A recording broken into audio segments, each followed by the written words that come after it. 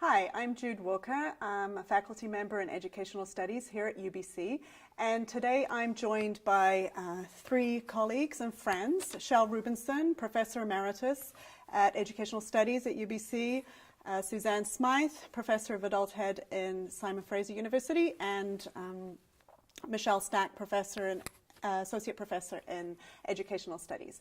So we're here today to talk a bit about policy analysis and to get these people's insights and experiences about why they have engaged in policy analysis in education and what insights they may have, particularly for students in the program who are interested in exploring policy analysis for their research. So just to start, I'd like you to introduce yourselves a bit and to speak about what your engagement with policy, educational policy, policy analysis has been, and to share anything else about yourself. So I guess we'll start from Shel here. Okay. Well, I think that my involvement stemmed from growing up academically in Sweden, where policy and policy research was the essence of reform strategies. So there were lots of money paid for research at that time. So because of that, I think most of us got involved, not so much thinking about policy studies as being involved or doing research for and on policies. And after that, so my whole career has been kind of colored by that. So most of the research I've been involved in has looked at reforms. I have a little bit also been involved in reforms. Working on parliamentary commissions and also international commissions. So I think that's my background. Mm-hmm. Great. Suzanne? So I'm Suzanne, and I'm an associate professor in adult ed and adult literacy at Simon Fraser. It's a really good question. I think I did my master's in South Africa at the time of the transition to the new South Africa, from an apartheid to a post-apartheid society on paper, in policy. And it was really all about green papers, white papers, drafts. We talked policy all the time in different fora, from different political positions.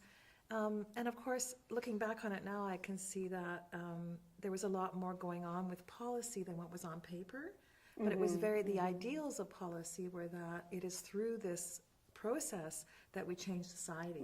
So I became really interested in what that process is. And so when I started my doctoral studies, I began to look. I didn't really think of it as policy analysis at the time, but I really wanted to look at how women were enrolled in educational work, educational labor, and the literacy labor of raising children. And once again, I was drawing on my experience of South Africa, looking for policies that guided that, and then being really drawn to what the policy said and what they didn't say, and who they benefited and who they didn't. So I guess that was my beginning, although I didn't think of it, up until now I haven't thought of it that way. It's connected, yeah. Michelle?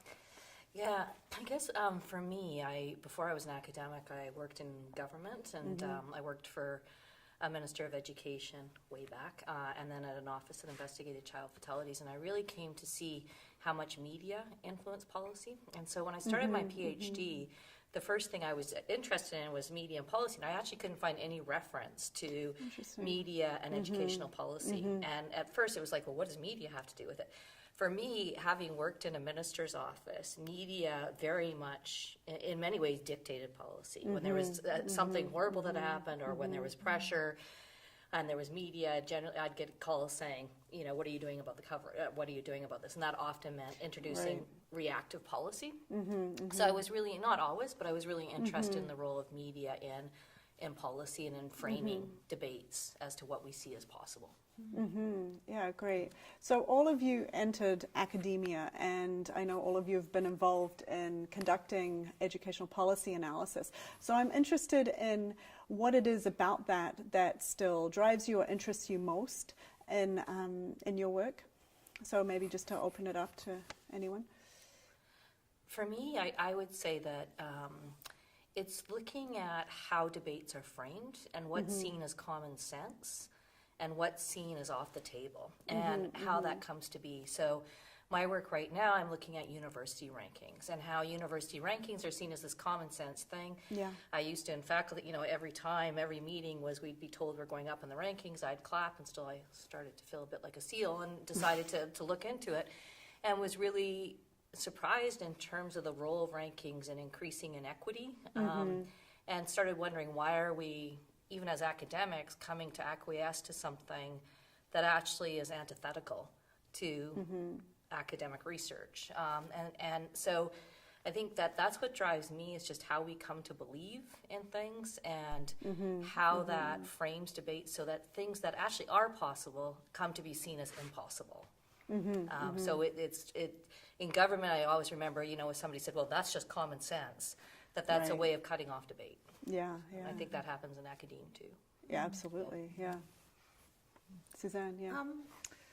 Yeah, I mean, I think what Michelle, you're saying really resonates for me too. Like, I became in my doctoral studies really interested and continue, perhaps even more so interested in what values are embedded in policy, and that policies actually are about values. Yeah. And whose values matter, who's excluded, who benefits, and how are different policies put together, and where do they go, and how are they taken up? So it's, when I started, like in South Africa, it was very much of what we might call a technical, rational approach to policy, which is, you get people together and you formulate a problem, and then you go about solving that problem by writing different versions of policy through consultation, and then the policy is implemented and problem solved. And as I've started to look more into adult literacy policies in Canada and internationally, it becomes very clear that this is not a rational process.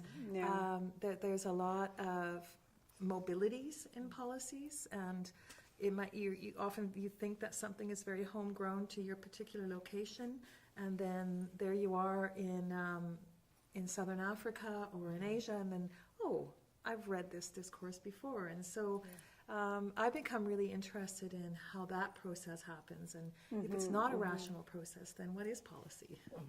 Right, right.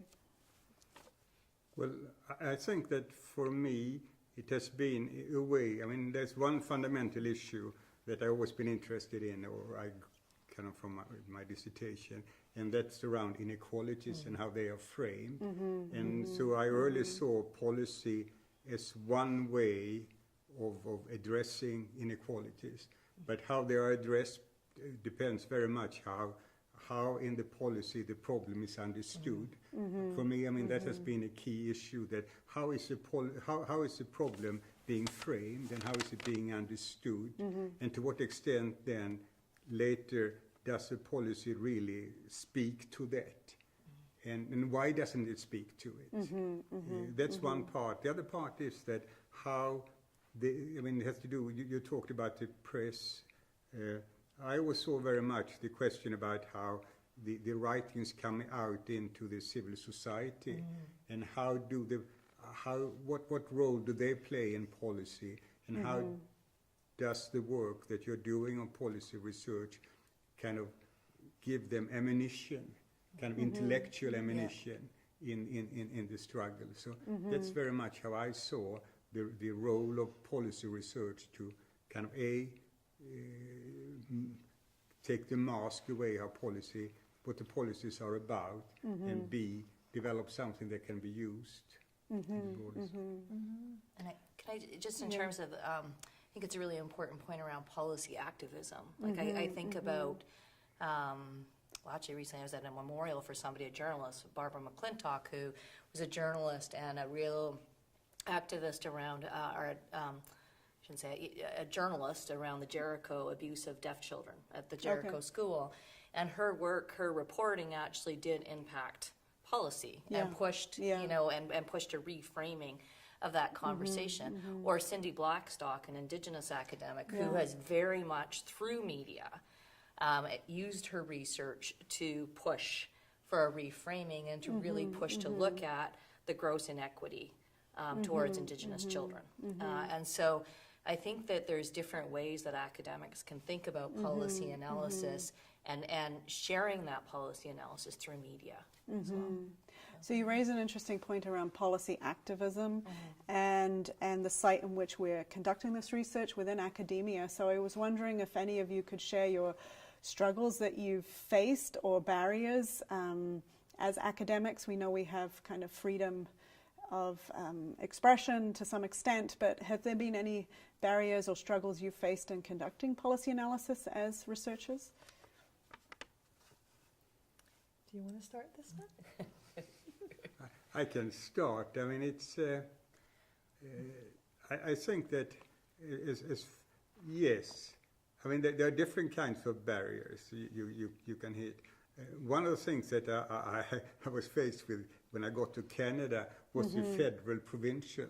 Yeah. I was asked to produce an international document on policies for the OECD, Organization of Economic Cooperation and Development, a Canadian document. And I dealt a lot with the federals, and it was the federal government that had asked me, but I was supposed to connect with the Council of Ministers. And then I got a dressing down by the Council of Ministers that I should have turned to them first. And because of that, they didn't want to have anything to do with me. So the work couldn't be done really as it should have been done. I mean, that's one. The other thing I've been struck with is that when you present something to people in government, all of a sudden they sound like they had a PhD in statistics. They can really discuss your methodology if they don't like it. If they like it, you can have made any kind of problem. And the third, I think, is more when you're called up after you have had a press release or a press conference on your findings, and they tell you to back off. I mean, so those have been mostly. And what have you done when they've told you to back off? What did that? It sounds like you're talking to a specific instance.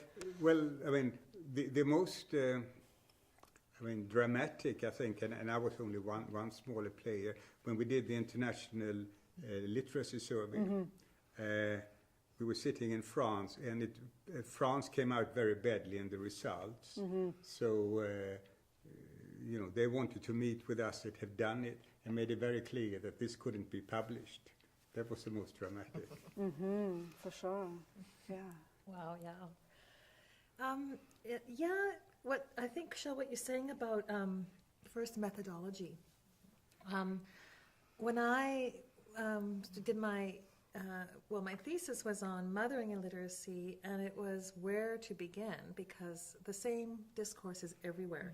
So in some respects, when you begin to read, you only sometimes need to read one policy and you've read them all. They're all very similar.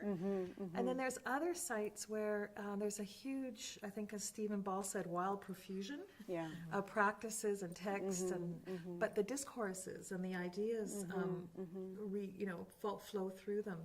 And so for me, it's been a struggle sometimes to work out what methodology to use to kind of get a handle on the different ways that policies are taken up in different contexts. And the other struggle is where do policies begin? Right. Is this an origin? Do we start with the very first idea and map out, because that's kind of impossible? I think one of your colleagues, P. Taylor Webb, calls policy like a rhizome. It starts it doesn't really start or end anywhere, and so we just always have to find a way in and a place to begin and follow along, but finding that place to begin and then how we begin to explore it is, for me, always kind of half the battle.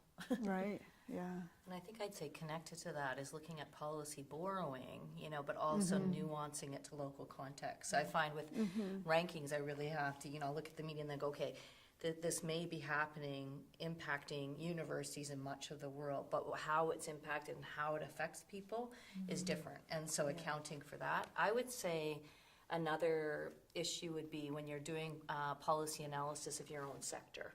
And so I find it's a bit different now that I'm, looking more at rankings. It's the sector I'm in versus, previously looking more at K to 12 or other areas in terms of media. And the other thing I would say is just respect for different ways of sharing knowledge. And so my practice is generally to write an academic peer review and then to share it to different audiences. And that's part of my research, is to say, okay, if I'm trying to change this conversation or expand this conversation, how do I go about doing that and assessing if I or other people that are engaging with media or policymakers, have they been successful in doing that? And that's a very hard thing to measure, but I think this is something that's often not looked at in terms of tenure and promotion, is how do you take that academic research on policy and then maybe share it with different audiences and think about it in terms of, okay, how is this expanding conversations? And I was having a conversation, a university-wide conversation, on how do we connect knowledge translation and give some respect for that in different fields. And it's difficult. Like, I think about, for example, conversations around gender and sexual identity.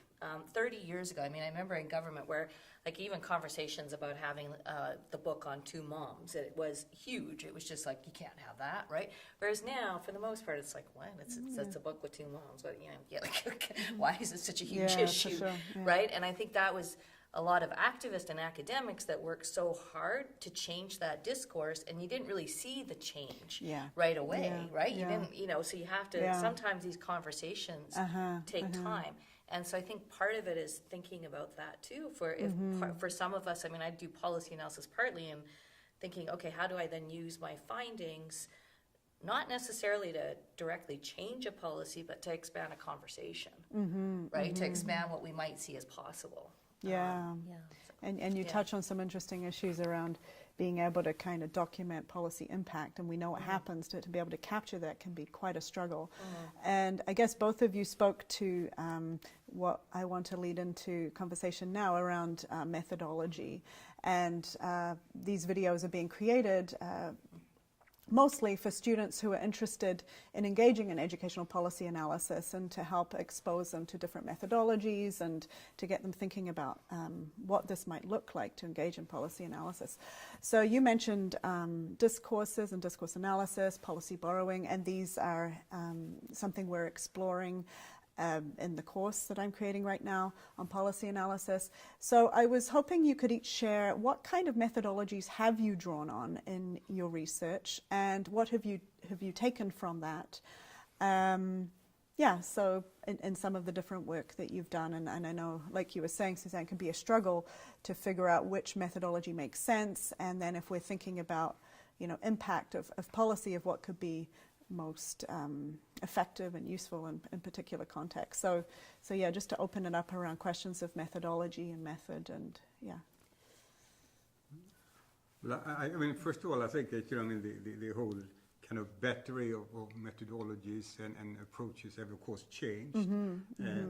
I mean, I'm formed in the time of critical theory, and I've never left that, and I will never leave that. Because of that, I mean, I have a kind of understanding of discourse analysis, and many of the students I worked with. But I think that in the methodology, what it kind of has become very central for me, it must allow us to see the power relationship between the major players. And I find, that was one of the things I found most difficult when I moved to Canada. This whole notion that individuals' action becomes so central. And much of the kind of the policy research was based very much on this notion. And while, for example, that we can explain in many countries around policies why they look like they do, the very strengths of for example, the labor movement, and to what extent are they politically kind of located. So for me, the kind of methodology must always allow to map that very clearly, and not in diffuse ways. I mean, in very concrete way, and also in that part follow money streams and so on. I mean, that has been my direction very much to it. I would say the same in terms of like network analysis. I think multimedia critical discourse analysis, so looking at how media is used and how what we can say about power and gender and race, and how we look at disability from what images are there, right? Like, there, for example, there was a university that photoshopped in a black student Yeah. to look more diverse. Yeah.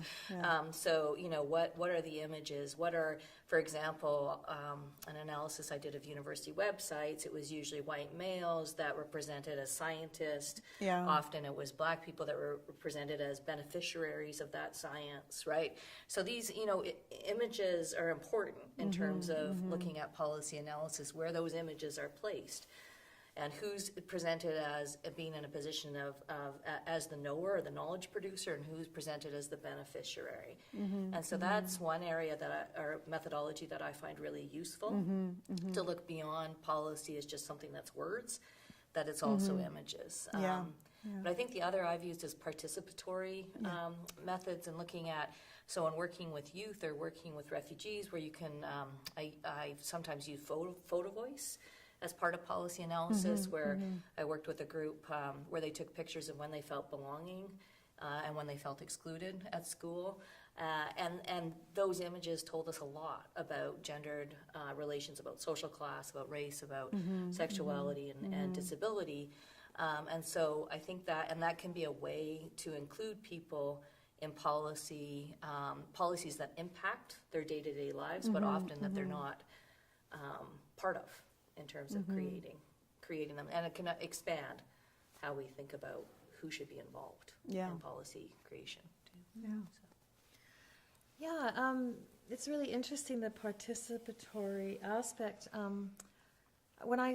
Some of the more recent work I've done in adult literacy, kind of analyzing where the policies are, where they're going, and so on, took me into places, yes, critical discourse analysis, but also keyword analysis, and looking at, say, for example, sustainability.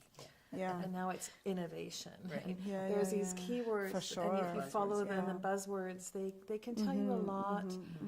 They can connect a lot of text together, and so I had some fun with that, looking at sustainability kind of as a keyword in adult literacy policy, Absolutely. but then looking at from the perspective of Stacey Alamo's strategic ambiguity. Right. So the ways in which different policy actors use the same word to coalesce around, to look like they are all marching together, but really they mean very different things. And so when the adult literacy field talks about sustainability, they want funding, sustainability. When the policymakers and government actors talk about sustainability, they're talking about cost recovery. Absolutely. Yeah. So I have done work like that, but increasingly I'm interested, both of you have brought up the idea of policy mapping. So not only tracing, I guess, what has been, because I guess once we read text, they're already a little bit fossilized. Absolutely. So I really like your idea about mapping policy moving forward to see what becomes possible. And there opens up a whole, I think, host of methodologies around photo voice. I really am inspired by Claudia Mitchell's work, where they look at policy in Southern Africa, and they enact policy conversations through drama, and I think along photographs as well. And so once again, looking at the different actors, and rather than kind of a group of more privileged or elite actors talking about what policies are good for people, being able to have those direct interventions into the community and or into the conversation. And so I think that's kind of, for me, where my passions lie going forward, is looking at the possibilities rather than kind of the scriptedness of policy. Yeah. Shall I think, adding to that, I mean, we come, there are different reasons and there are different opportunities and things, but for me, I think that comparative perspectives are very valuable when we can do that. And I think that also helps to criticize our own work. For example, I'm really taken aback when I read policy analysis and so on, that they usually end up with a kind of a section on globalization. I mean, anyone interested in kind of a little bit of empirical thing would see that the largest inequalities are in the United States. Yeah. But if globalization was the deciding factor, why is it that they are so much lower in other parts that are just, as affected? So I think this kind of comparative perspective helps us to kind of sit back a bit and reflect that maybe it's actually political decisions Yeah. where certain players Yeah. in the economy has Yeah. got to have so much power that that's what kind of drives many of the inequalities. And globalization is, although important, is a very kind of a convenient thing to point to. Absolutely. As a cop-out, I think, for Yeah. policy researchers Yeah. sometimes. Right. I agree in terms of looking too at what you were saying, follow the money and look at international organizations like the World Bank. And I think that to try and understand policy without looking at organizations outside of education, I don't think yields very useful Right, results when we're exactly. trying to Yeah. understand, things like the language of internationalization in higher education, or the language of literacy and work, learning for work Yeah. as the only, sort of purpose of education that is stated in many documents these days. But I do think, that follow the money is really crucial, and where I'm going back to more. But at the same time, like with participatory research, I think there's such a potential to also work with people and like, how do you use this to push for change? Yeah. Um, The area I'm trying to work on lately, just because the world is so darn depressing, is having the critique, but then how to have a conversation about where we can collectively move. Because I think I find increasingly my students, for good reason, are rather depressed. And so how do you have those conversations, and how can policy be a way of saying, how do we work collectively? What does that look like? Yeah. And how can policy research be part of that conversation? Not to find consensus, but to find Yeah. ways to actually have productive conflict. Right. That can expand conversations. Right. And move beyond kind of the critical analysis and deconstruction to kind of, then what. And I guess one of the focuses of the course I'm developing right now is on discourse analysis, and it was taken by what you were saying, Suzanne, around when we are looking at kind of the written word and policy, there's so much that's taken place before that, right? So we've got this, like you said, this fossilized document, and what kind of goes into that is sometimes really crucial to understand. I'm conscious that many of the people watching this video are MA or PhD EDD students, and I guess this takes us to a sort of final section, which I'm hoping we'll have more time to touch on, is thinking about discourse analysis and thinking about methodologies that are conducive for undertaking a master's thesis or a doctoral dissertation. What kind of advice and what have you learned around kind of policy analysis, particularly around discourse analysis, and what would be useful for students in that, I guess, to all of you here, and that we can have something concrete and manageable and doable at the same time. Well, maybe I'll start because I wanted to follow up a bit on what Michelle said too in answering that. One of the things I would recommend is to not be afraid to be experimental and to try something that is not a methodology. Right. In other words, make the methods that you need to do the work that you feel needs to be done. Yeah. And I think you're talking about very much about that in terms of looking for places of potential and hope, rather than getting very heavily bogged down, I guess, and steeped into things as they are. And so I have a student right now who kind of met with that, and she's studying precarious work in adult ESL education and the work of adult educators and the contract-based nature, and also just how that plays out in people's everyday lives. And so kind of looking at not just as educators, but as people with bodies and, the affective dimensions of what policy does in everyday life. And so she's kind of forging a method a little bit like a policy anthropology of reading policies through lived experience, but bringing in Butler's ideas of precarity with Barad's idea of diffraction. And it's been really, it's not easy to do that, but it's kind of coming together and it's really interesting, and it's not always clear where it's going, except that she's opening up all these new ideas. And I think that if that for me is one of the things I guess I would suggest. I'm not saying it's easy, and I'm not saying I can write the book on it, because I think that would be counterintuitive. But to be really versed in a variety of methods, to look into other fields. I think, Michelle, as you were saying, I don't think we only can look to education methods to find methods of policy, but rather look to our colleagues who do arts-based research, discourse analysis, all kinds of, different ways of creating knowledge, and bring them in, borrow them. Yeah. And I'd say being really clear on your question, right? Like, what is it you're trying to learn? So, because that's, often I find I have students that they go right to methodology. Like, they'll say, I want to do participatory action research, or I want to do critical discourse analysis. And I'm like, whoa, what's the question you want to ask? And then with critical discourse analysis, often people want to look at huge text. I'm like, okay, you could look at a 20-page document and do your dissertation on it, because you're not just looking at that 20-page document, you're looking at the social, political, historical reasons that document came to be, right? Yeah. And so I think part of it is knowing that the critical discourse analysis, it's not just looking at those few pages. It's like quite often how could you write a whole dissertation on that?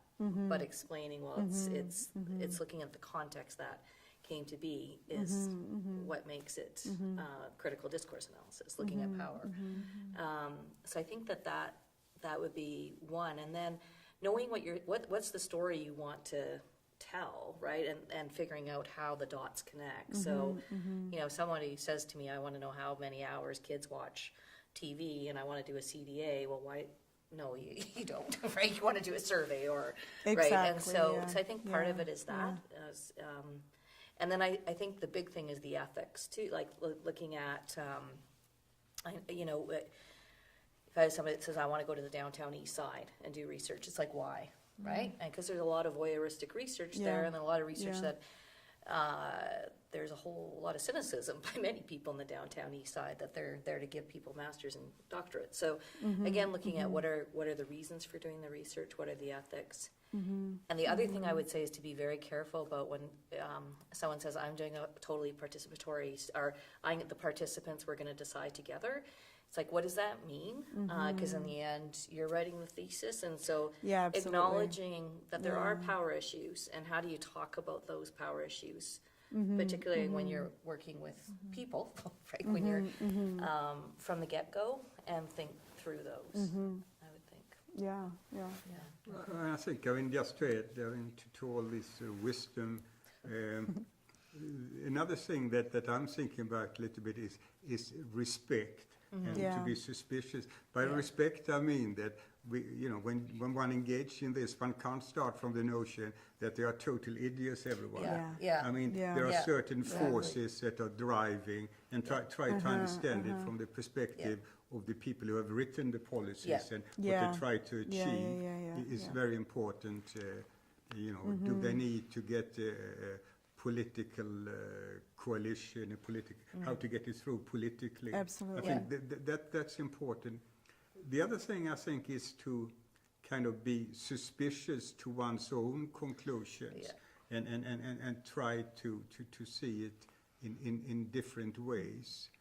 And with respect, I should also add, I think, respect historically. When one thing, for example, I guess, I'm not sure, but I guess that if we went out and asked about human capital, what kind of, how is that politically tainted, 90% would say, it's kind of neoliberal. And it's But in fact, I mean, it was very much part of the kind of the whole way of trying to change and create more equality. Absolutely. And where it's going. So I think those kind of aspects on the policy research. And then I also think that we should be, I mean maybe this is more personal, but I'm not, don't talk about methodology with this big notion of aim, as you said, Suzanne. I mean, Yeah, I mean, exactly. get to it and explore and have kind of fun with it and be Absolutely. curious. Yeah. And then try to make something sensible and right in a way that people can understand it. Yeah.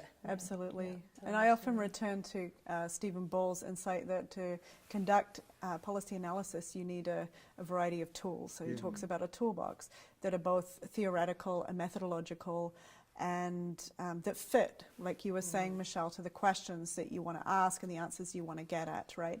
Rather than taking these methodologies as these gospels, which sometimes happens, especially as new graduate students. It's like, this is the method and I have to follow it. But why? It's more about being open and like you were saying, Suzanne, being methodical and open and exploratory, which I'm hearing around there, and drawing on the theories that make sense. And I like what you touched on, Shell, around the importance of the not losing sight of the history, right? And so that means sometimes going back and to come with an open mind that, you know, people do things for good reasons. Maybe those reasons aren't the ones we have, but to really be able to get at those reasons behind that. And I think on that is looking at where you're positioned in that history, Right. too, right? Yeah. So Yeah. in looking at, you know, how did residential schools come to be, Right. right? Like how, you Right. know, How did that people, process and happen? Yeah. how did, you know, and not to see also that as that's history and now we're different, but to look at how am I positioned in this discussion? How might I be thinking, you know, in deficit ways based Absolutely. on being educated, you know, as somebody who's white in those sort of deficit narratives? And so to really look at, am I the person to do this research? And what do I need in terms of to challenge myself and to challenge my ways of thinking? And I think a colleague of mine, Dr. Heidi Jantz, does a lot of work around disability. Yeah. And so, you know, it's actually just getting, you know, she's been critical of some of the work around medically assisted dying as somebody who has severe disabilities. Right. And even when she raises it, finds a sort of critique of, well, Yeah. how could anybody be against that? Well, you could be against it if you're somebody who's disabled and has had people thinking your life's not worth living. Yeah. And so Yeah. knowing that, Yeah. and especially when something is framed as just common sense, that is Yes. where red flags should go off, right? Where it's like, oh, we have consensus on this in society, right? No, probably not, right? So looking at who's around the table. So in discussions around disability, very often nobody with disabilities Yeah. or that identifies as Yeah. having a disability is at the table. Yeah. And so again, in doing that research, thinking about why am I doing this and who do I need to talk with? And how do I need to challenge myself Yeah. to do this? Because I Yeah. think sometimes the methodology can be a way to hide. In a sense, it's like, well, I'm very rigorous. Yeah. Okay. Yeah. But I don't think a person can be rigorous if they're not looking at their own positionality. Yeah. Right, exactly. You know, I think when students say, I say, well, I'll trust somebody when they say this is where I'm positioned. I won't if they say I'm some sort of neutral, you know, Right, arbiter, we all have yeah. histories. Yeah, exactly. And we all Yeah. are positioned in different ways and position ourselves in different ways. Yeah. And that, I think, is integral to looking at the way one might think about policy and the way, and their findings to it. Yeah, and I like that you emphasize here the importance of self-exploration and examination, which I think is integral to any fundamental research project, right? That we're learning so much about ourselves too, and figuring out what are we taking for granted in this and how is it challenging what we come with. Shell, I think you wanted to follow up. I mean, one thing we haven't touched upon this is, I think, the importance to understand the role and the use of empirical data. And if you want to have an impact Yeah. and be part, so much of if you want to be parsimonious and present something, I mean, I'm very much aware that when the Royal Commission of the future of the economy in Canada presented results, the economists could put two figures on a blackboard, while the historians and the political scientists and the law professions have book after book after Yeah. book. And I mean, the figure may not be right, but it was very parsimonious. And I think that maybe, I mean, we can do research in various ways, but if you want to work and trying to impact on policy, I think it's very, very important to be able to use, because there is more and more data. You can use the data to work with other people, for example, on the literacy or the participation in adult education. You can work with different groups and try to interpret it. But I think that is very important. And after all, one of the earlier feminist researchers, Florence Nightingale, her research was, to document the incidents of how people were impacted in the mine. And that was really using the hard data and convincing people about it. Yeah. I worry, though, sometimes that we're in a world where the data, empirical data, doesn't matter anymore, that policies flow through that are, that actually run against what we know to be Right. Yeah. solid kind of findings. And certainly that was the case when they, you and I have been working on, Jude, this idea of the tuition, canceling the tuition for adult basic education. There is no empirical data that suggested that would be a good idea. Exactly. And yet there it was. So, finding, it's a really, I think what I come away with is that policies really do matter for people's lives. Absolutely. And that ethics too, one of the reasons I wanted to do my PhD is because I had a toddler and I was having my second child, and I was like, well, then I don't have to get ethics approval because I'm just doing discourse analysis. But and I'm just reading text all the time. So why would I need an ethics approval?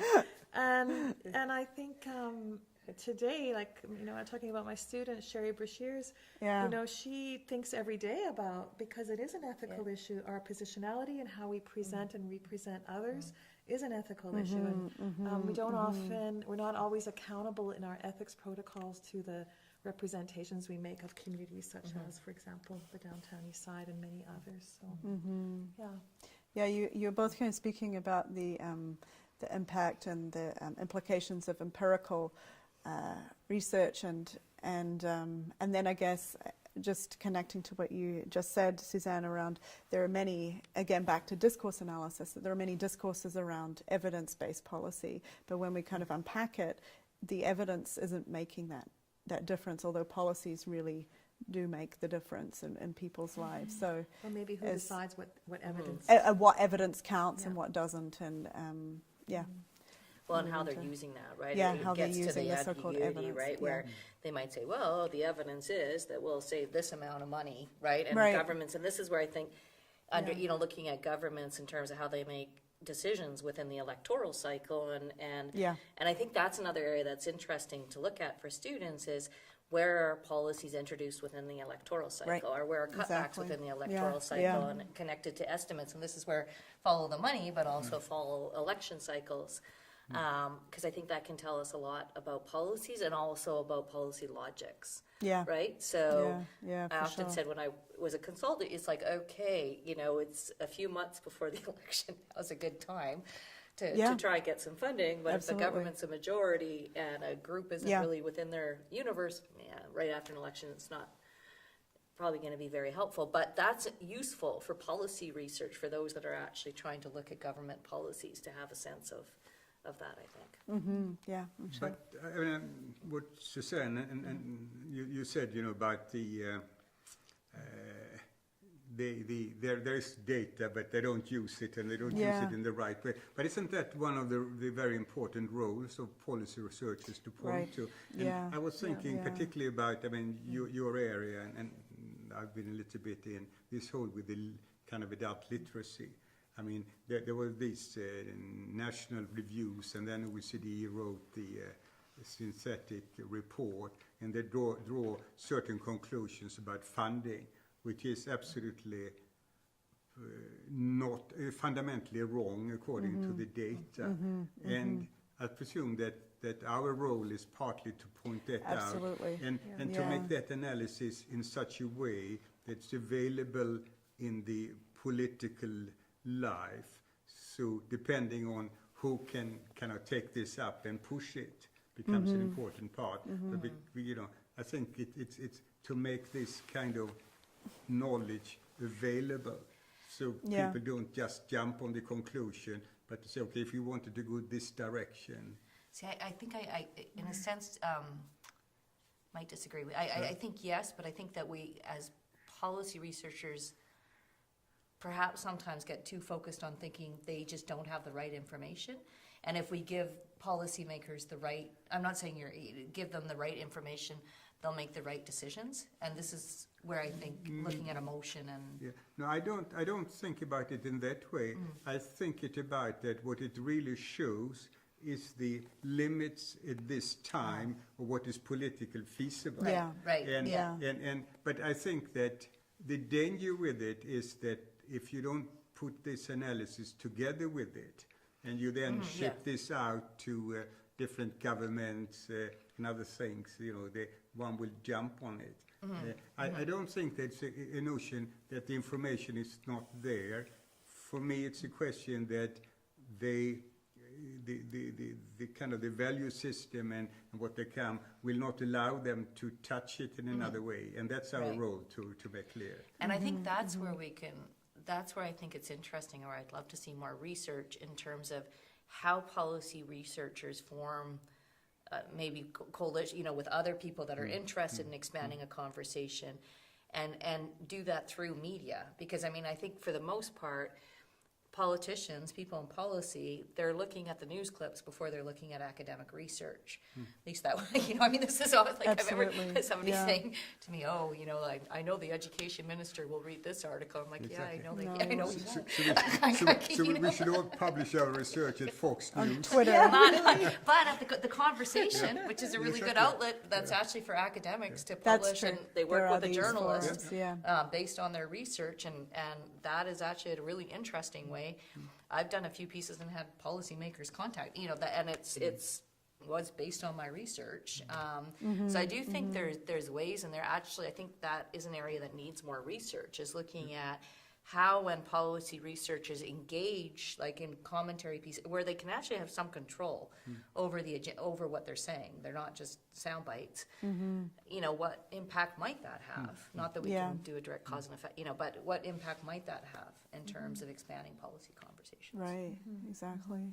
Are you talking a little bit more like public scholarship? Yes. Does sound like yeah. it, yeah. Yeah, which I think has to be based on peer review, or doesn't have to be, but is peer-reviewed academic research that is, has gone through review, has gone through critique, and then taking that and figuring out, how do I communicate this to diverse audiences, including media, including Yeah. policymakers, right? And so if somebody says, I want my research to impact policy, it's like, okay, so who do I consider a policymaker here, and how am I going to best communicate with them, and having a strategy to do so, and knowing that it's unlikely they're going to read our academic work, Absolutely. right? Yeah. At senior levels, they're not going to have time, right? So how Yeah. do you Yeah, get some interest? So maybe they will after Yeah. they read a Kind commentary of a piece. knowledge Yeah. mobilization. they yeah, call it it, yeah. connects back to yeah. knowledge translation and mobilization. Yeah. And also taking advantage of kind of the world we live in, and technological advancements in social media, new technologies.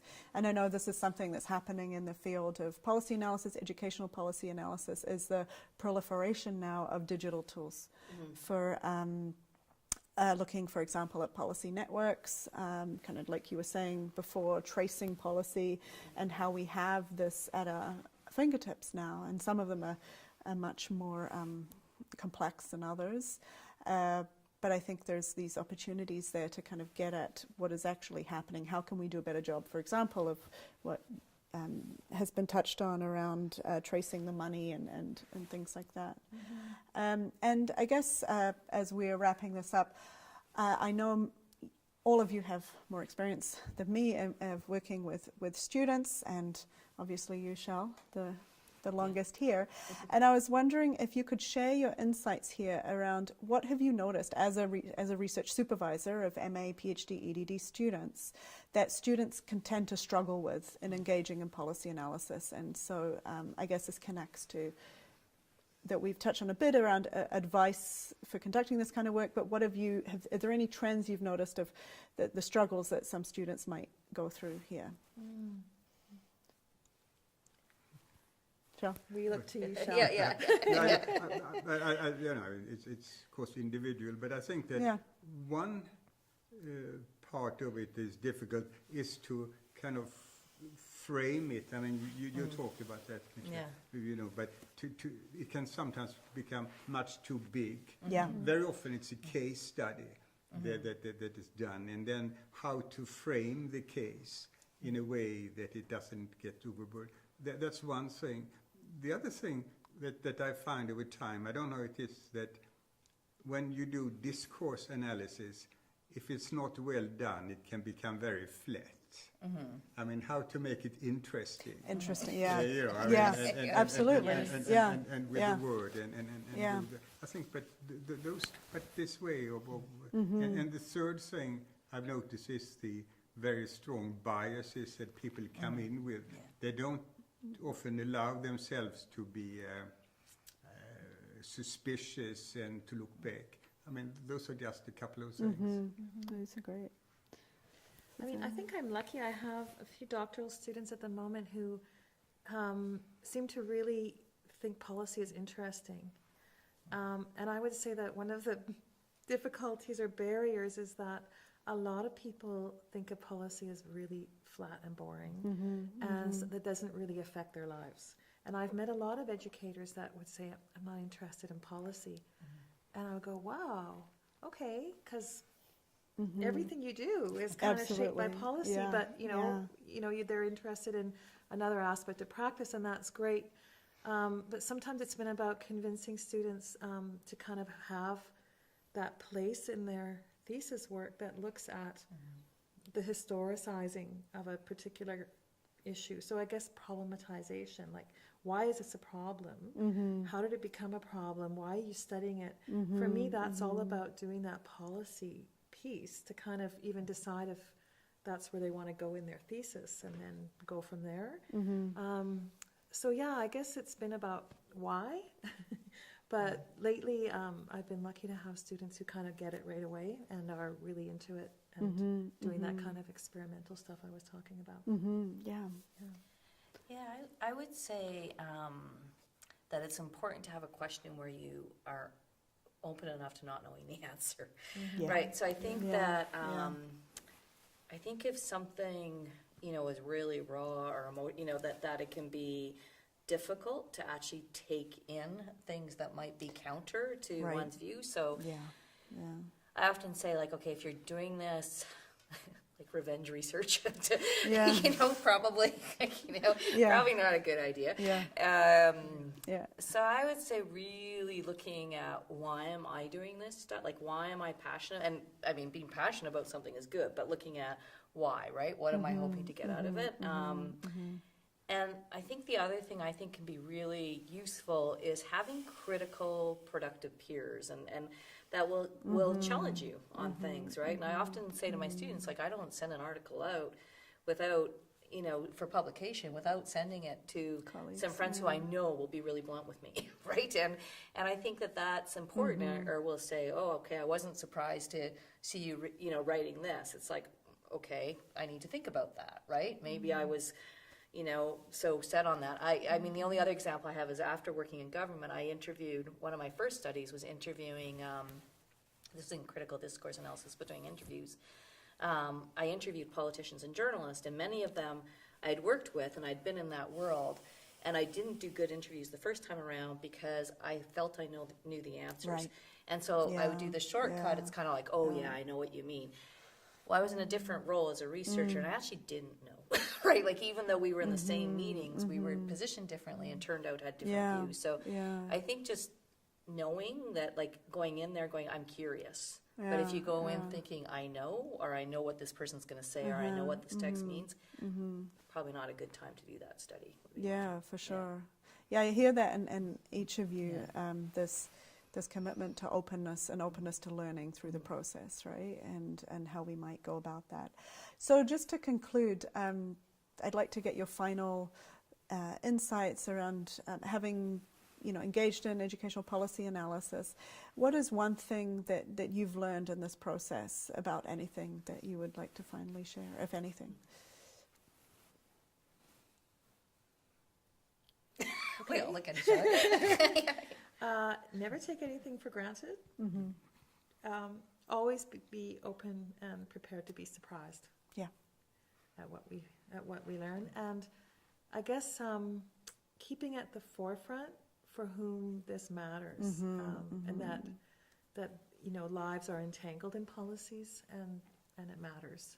And so I think what Michelle was saying, and Shell was saying too about being really, I guess, responsible for our representations, and make claims to knowledge, but also be really aware that just as policies matter, so too does the analysis. Yeah, great. I'd have to say the same thing, and she said it better than I can. So, I think, we should also think about these students that you spoke about that think that policy is not interesting. Yeah. I think that thing that I have been reminded through this research is that it makes life real. Yeah. It's so often that the issues that are brought up and people study, they don't seem to be real. They don't seem to be. Policy really speaks and helps us to kind of locate research and to make it actually theoretical, because it deals with realities and it structures so much. So I think that policy research has, to me, been a fantastic gift to kind of also engage in the things that I think is politically important.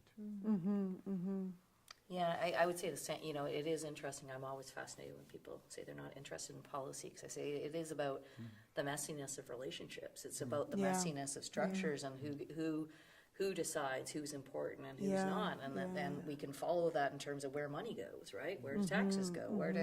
That tells us a lot about what's valued in the society, and I think understanding that policy, we're all implicated in it. It's not just this thing these government people do, but we're all implicated, so we all have a responsibility to understand how we make those decisions. Yeah, we enact, we receive, and we're all implicated, right? So thank you very much. Any final words and thoughts and advice? No, I learned a lot. Good luck with this, yeah. Good luck in to your everyone. policy Yeah. work. Yes, Oh. good luck with your policy work. Yeah, thank you.